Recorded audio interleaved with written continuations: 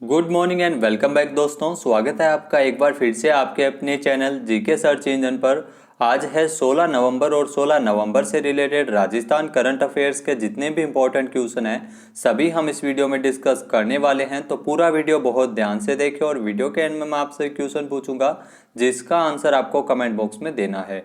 कल के वीडियो में मैंने आपसे क्वेश्चन पूछा था जो था राजस्थान में बाल अधिकार सप्ताह का आयोजन कब किया जाएगा, तो इसका सही आंसर आपको कमेंट बॉक्स में देना था। तो राजस्थान में बाल अधिकार सप्ताह का आयोजन 14 से लेकर 20 नवंबर तक किया जाएगा। ए ऑप्शन इसका बिल्कुल सही था। जिन दोस्तों ने ए ऑप्शन कमेंट बॉक्स में सही जवाब दिया उनको हार्दिक शुभकामनाएं। राजस्थान में बाल अधिकार सप्ताह का आयोजन 14 नवंबर से लेकर 20 नवंबर तक किया जाएगा। 14 नवंबर का आपको बता दें कि बाल दिवस मनाया जाता है और इसी अवसर पर इसकी शुरुआत की गई है। बाल अधिकार सप्ताह का शुरुआत है वो 14 नवंबर को मुख्यमंत्री निवास से मुख्यमंत्री अशोक गहलोत द्वारा वर्चुअल रूप से राज्य स्तरीय वर्चुअल कार्यक्रम का शुभारंभ किया गया था। साथ ही साथ बाल संगम कार्यक्रम में अशोक गहलोत ने वात्सल्य योजना और समर्थ योजना इनके दिशा निर्देशों की पुस्तिका का भी विमोचन किया था। इसके अलावा उन्होंने जोधपुर में कौशल एवं परामर्श प्रशिक्षण केंद्र का उद्घाटन भी इनके द्वारा किया गया था। तो बाल अधिकार सप्ताह 14 से लेकर 20 नवंबर तक आयोजित किया जाएगा। चलिए स्टार्ट करते हैं आज के करंट अफेयर्स।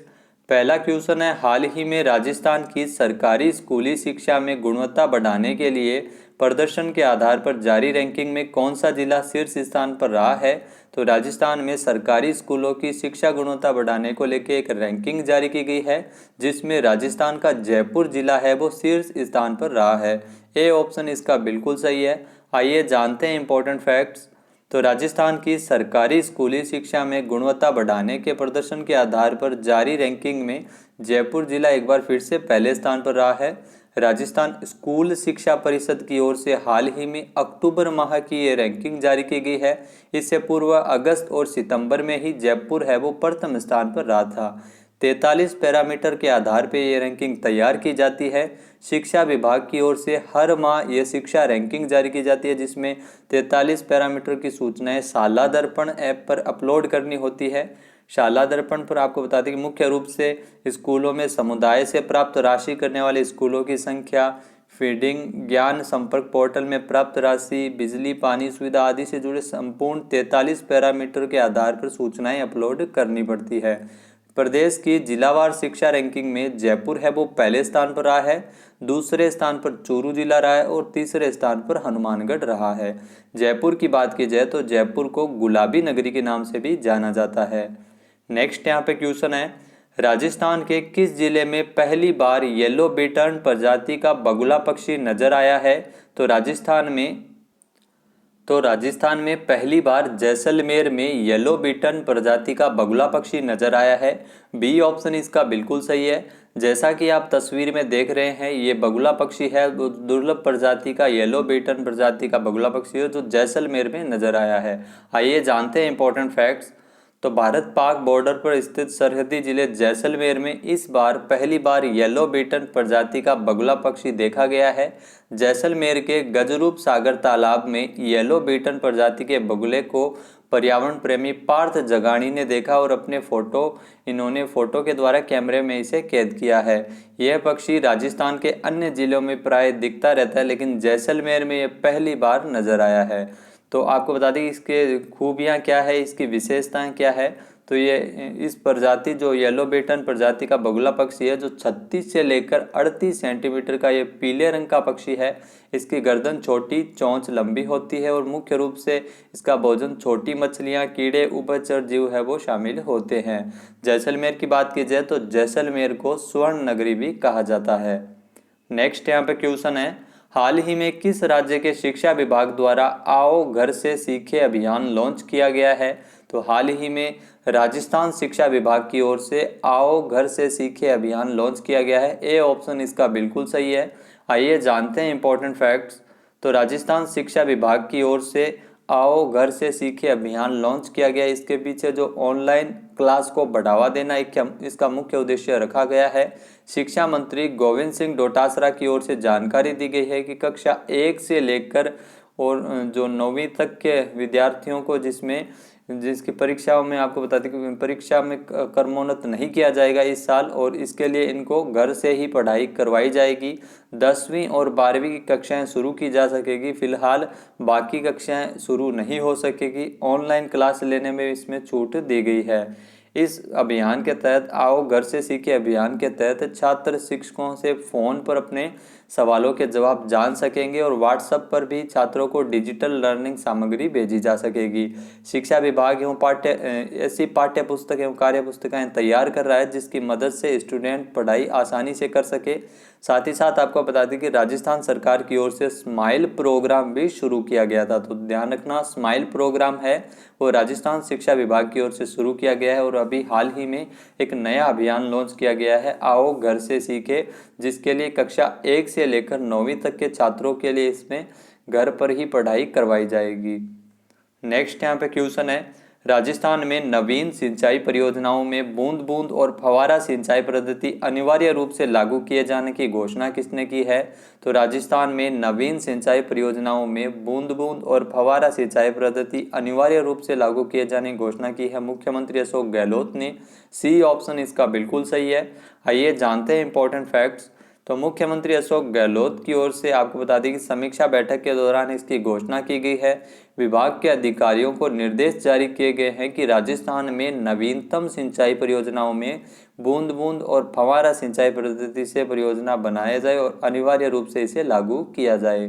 सिंचाई और पीने के पानी की सीमित उपलब्धता के चलते आवश्यक है कि पानी की एक एक बूंद का समुचित प्रयोग किया जा सके, और इसी के आधार पर ये निर्णय लिया गया है। इसके तहत प्रदेश के अधिकारियों की ओर से जालोर का जो सांचौर क्षेत्र है, जिसमें नर्मदा कमांड एरिया, जहां पर फव्वारा एवं बूंद बूंद सिंचाई पद्धति है वो काफ़ी बेहतर तरीके से अपनाई गई है, उसका अध्ययन करके उसी की तर्ज पर राजस्थान के सभी जिलों में ऐसी ही प्रक्रिया अपनाए जाने की घोषणा की है।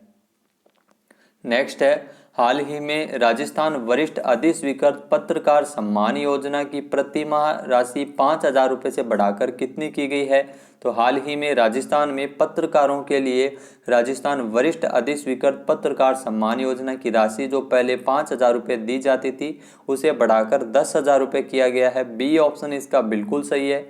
आइए जानते हैं इंपॉर्टेंट फैक्ट्स।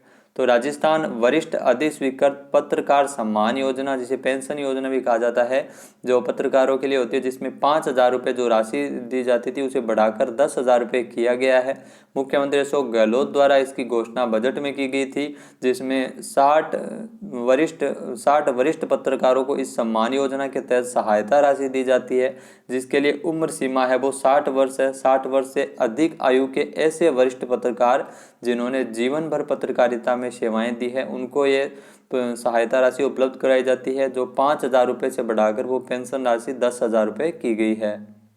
नेक्स्ट यहाँ पे क्वेश्चन है, हाल ही में यूजीसी ने राजस्थान की किस यूनिवर्सिटी को ऑनलाइन डिग्री कोर्स चलाने की मंजूरी प्रदान की है? तो हाल ही में यूजीसी की ओर से राजस्थान की 2 यूनिवर्सिटीज़ को ऑनलाइन डिग्री कोर्स चलाने की मंजूरी दी गई है, जो है वनस्थली विद्यापीठ और बिट्स पिलानी। सी ऑप्शन इसका बिल्कुल सही हो जाएगा, उपरोक्त दोनों। आइए जानते हैं इंपॉर्टेंट फैक्ट्स। तो यूजीसी की ओर से देश की टॉप 100 यूनिवर्सिटीज़ को ऑनलाइन डिग्री कोर्स चलाने की मंजूरी प्रदान की गई है, जिसमें राजस्थान की 2 यूनिवर्सिटी शामिल है, जो है वनस्थली यूनिवर्सिटी जो टोंक में स्थित है, और दूसरी है बिट्स पिलानी जो झुंझुनू में है। यूजीसी की ओर से नेशनल रैंकिंग की टॉप 100 यूनिवर्सिटीज़ को जुलाई 2020 और जनवरी 2021 तक के लिए प्रोग्राम चलाने की मंजूरी प्रदान की गई है। एक यूनिवर्सिटीज़ को अधिकतम 3 अंडर ग्रेजुएट यूजी और 10 पोस्ट ग्रेजुएट पीजी के कोर्स ऑनलाइन कोर्स को चलाने की अनुमति दी जाएगी। नेक्स्ट यहाँ पे क्वेश्चन है, हाल ही में राजस्थान में वर्ष 2022-23 तक कितनी नई ग्राम सेवा सहकारी समितियों का गठन किया जाएगा? तो राजस्थान में साल 2022 और 23 तक कुल 2000 नई ग्राम सेवा सहकारी समितियों का गठन किया जाएगा। ए ऑप्शन इसका बिल्कुल सही हो जाएगा। आइए जानते हैं इंपॉर्टेंट फैक्ट्स। तो ग्राम स्तर पर अधिक से अधिक व्यक्तियों, किसानों, उनको सहकारिता के दायरे में लाकर साल 2022-23 तक 2000 नई ग्राम सेवा सहकारी समितियों का गठन किया जाएगा। सहकारिता एवं कृषि विभाग के प्रमुख शासन सचिव कुंजीलाल मीणा द्वारा इसकी जानकारी दी गई है कि इस वित्तीय वर्ष में 1000 नई ग्राम सेवा सहकारी समितियों का गठन का लक्ष्य पूरा किया जाएगा और साल 2022-23 तक कुल 2000 नई ग्राम सेवा सहकारी समितियों का गठन किया जाएगा। राज्य की सभी ग्राम सेवा सहकारी समितियों को खाद, बीज एवं कीटनाशक बेचान में लाइसेंस भी जारी किए जाएंगे। वर्तमान में 6545 ग्राम सेवा सहकारी समितियां कार्यरत है। नेक्स्ट यहाँ पे क्वेश्चन है, हाल ही में मूडीज के अनुमान के अनुसार भारत की जीडीपी वित्त वर्ष 2020-21 के लिए कितने प्रतिशत होगी? तो हाल ही में मूडीज के अनुमान के अनुसार भारत की जो जीडीपी दर है वो साल 2020-21 के लिए -8.9% रहेगी। ए ऑप्शन इसका बिल्कुल सही है। आइए जानते हैं इंपॉर्टेंट फैक्ट्स। तो मूडीज की ओर से अनुमान लगाया गया है जिसमें भारत की जो जीडीपी है वो वित्त वर्ष 2020 के लिए 8.9% रहेगी, वो भी माइनस में। मूडीज की ओर से जो पहले जारी किए गए अनुमान थे वो -9.6% थे, अभी इन्होंने चेंज किया है मूडीज। हालांकि रेटिंग एजेंसी मूडीज ने यह भी अनुमान लगाया है कि वर्ष 2021 तक भारत की जीडीपी दर बेहतर हो जाएगी और 8.6% रहेगी, वो भी पॉजिटिव। मूडीज कॉरपोरेशन की ब्रांड क्रेडिट रेटिंग करने वाली कंपनी है जिसको संक्षेप में मूडीज कहा जाता है। इसकी स्थापना 1909 में हुई थी। आपको बता दें कि कोरोना के चलते भारतीय अर्थव्यवस्था सहित विश्व की अर्थव्यवस्था में लगातार भारी गिरावट दर्ज की गई है। नेक्स्ट यहाँ पे क्वेश्चन है, हाल ही में दूसरा विश्व स्वास्थ्य एक्सपो 11 से लेकर 14 नवंबर 2020 तक कहाँ आयोजित किया गया था? तो हाल ही में दूसरा विश्व स्वास्थ्य एक्सपो 11 से लेकर 14 नवंबर 2020 तक हाल ही में चीन में आयोजित किया गया था। सी ऑप्शन इसका बिल्कुल सही है। आइए जानते हैं इंपॉर्टेंट फैक्ट्स। तो दूसरा विश्व स्वास्थ्य एक्सपो 11 से लेकर 14 नवंबर 2020 तक मध्य चीन के हुबेई प्रांत के वुहान शहर में आयोजित किया गया था। ये इंपॉर्टेंट है। वुहान शहर में दूसरा विश्व स्वास्थ्य एक्सपो का आयोजन किया गया था। इस एक्सपो में वैश्विक स्वास्थ्य उद्योग में सबसे बड़ी अत्याधुनिक विज्ञान एवं प्रौद्योगिकी को प्रदर्शित करने पर ध्यान केंद्रित है वो किया गया था और वुहान को वैश्विक स्वास्थ्य उद्योग के शहर के रूप में विकसित करने के लिए भी ये लगातार कार्यरत रहेगा। इस एक्सपो में प्रदर्शनी क्षेत्र में आपको बता दें कि 1,50,000 वर्ग मीटर का एक क्षेत्र शामिल है जो एंटी महामारी सामग्री, चिकित्सा प्रकार के उपकरण और चीन दवाओं को प्रदर्शित करने के लिए 12 विशेष स्थानों को शामिल किया जाएगा। तो दूसरा स्वास्थ्य एक्सपो का आयोजन चीन के वुहान शहर में किया गया था।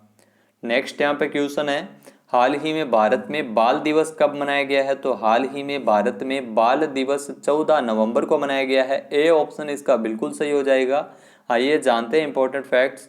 तो बाल दिवस हर साल पूरे भारत में मनाया जाता है 14 नवंबर को। यह दिन आपको बता दें कि भारत के प्रथम प्रधानमंत्री पंडित जवाहरलाल नेहरू की जयंती पर मनाया जाता है, जिन्हें बच्चे प्यार से चाचा नेहरू के नाम से भी जानते हैं। 14 नवंबर 1889 को जवाहरलाल नेहरू का जन्म उत्तर प्रदेश में स्थित इलाहाबाद में हुआ था और 1964 से पहले आपको बता दें कि भारत संयुक्त राष्ट्र के साथ 20 नवंबर को बाल दिवस मनाया जाता था 1964 से पहले, लेकिन 1964 के बाद 14 नवंबर को भारत में बाल दिवस मनाया जाता है। तो ये भी इम्पोर्टेंट है, भारत में 14 नवंबर को मनाया जाता है लेकिन पूरे विश्व की बात की जाए तो 20 नवंबर को। इस दिन आपको बताते हैं कि बाल दिवस के दिन स्कूलों में बाल सभाएं आयोजित की जाती है। 14 नवंबर को हाल ही में विश्व की बात की जाए तो विश्व मधुमेह दिवस भी मनाया जाता था, तो ये भी आपको ध्यान में रखना है। अब बात कर लेते हैं आज के हमारे क्विज की। तो आज का हमारा क्विज है, हाल ही में स्टैनफोर्ड यूनिवर्सिटी में वैज्ञानिकों की विश्व रैंकिंग में राजस्थान से किसे शामिल किया गया है? एक बार फिर से सुनिएगा। स्टैनफोर्ड यूनिवर्सिटी की ओर से एक वैज्ञानिकों की विश्व रैंकिंग जारी की गई है जिसमें राजस्थान से किसे शामिल किया गया है। इसका सही आंसर आपको कमेंट बॉक्स में देना है और अगर ये वीडियो आपको पसंद आए तो इसे लाइक और शेयर जरूर करें। साथ ही साथ हमारे चैनल को भी सब्सक्राइब करना न भूलिएगा। इस वीडियो की PDF फाइल आप वीडियो के डिस्क्रिप्शन बॉक्स से डाउनलोड कर सकते हैं और इस क्वेश्चन का आंसर आप वोट करके भी कर सकते हैं। वीडियो कैसा लगा कमेंट बॉक्स में जरूर बताइएगा। वीडियो को ज़्यादा से ज़्यादा शेयर करें, लाइक करें। वीडियो देखने के लिए धन्यवाद। जय हिंद, जय भारत, जय राजस्थान।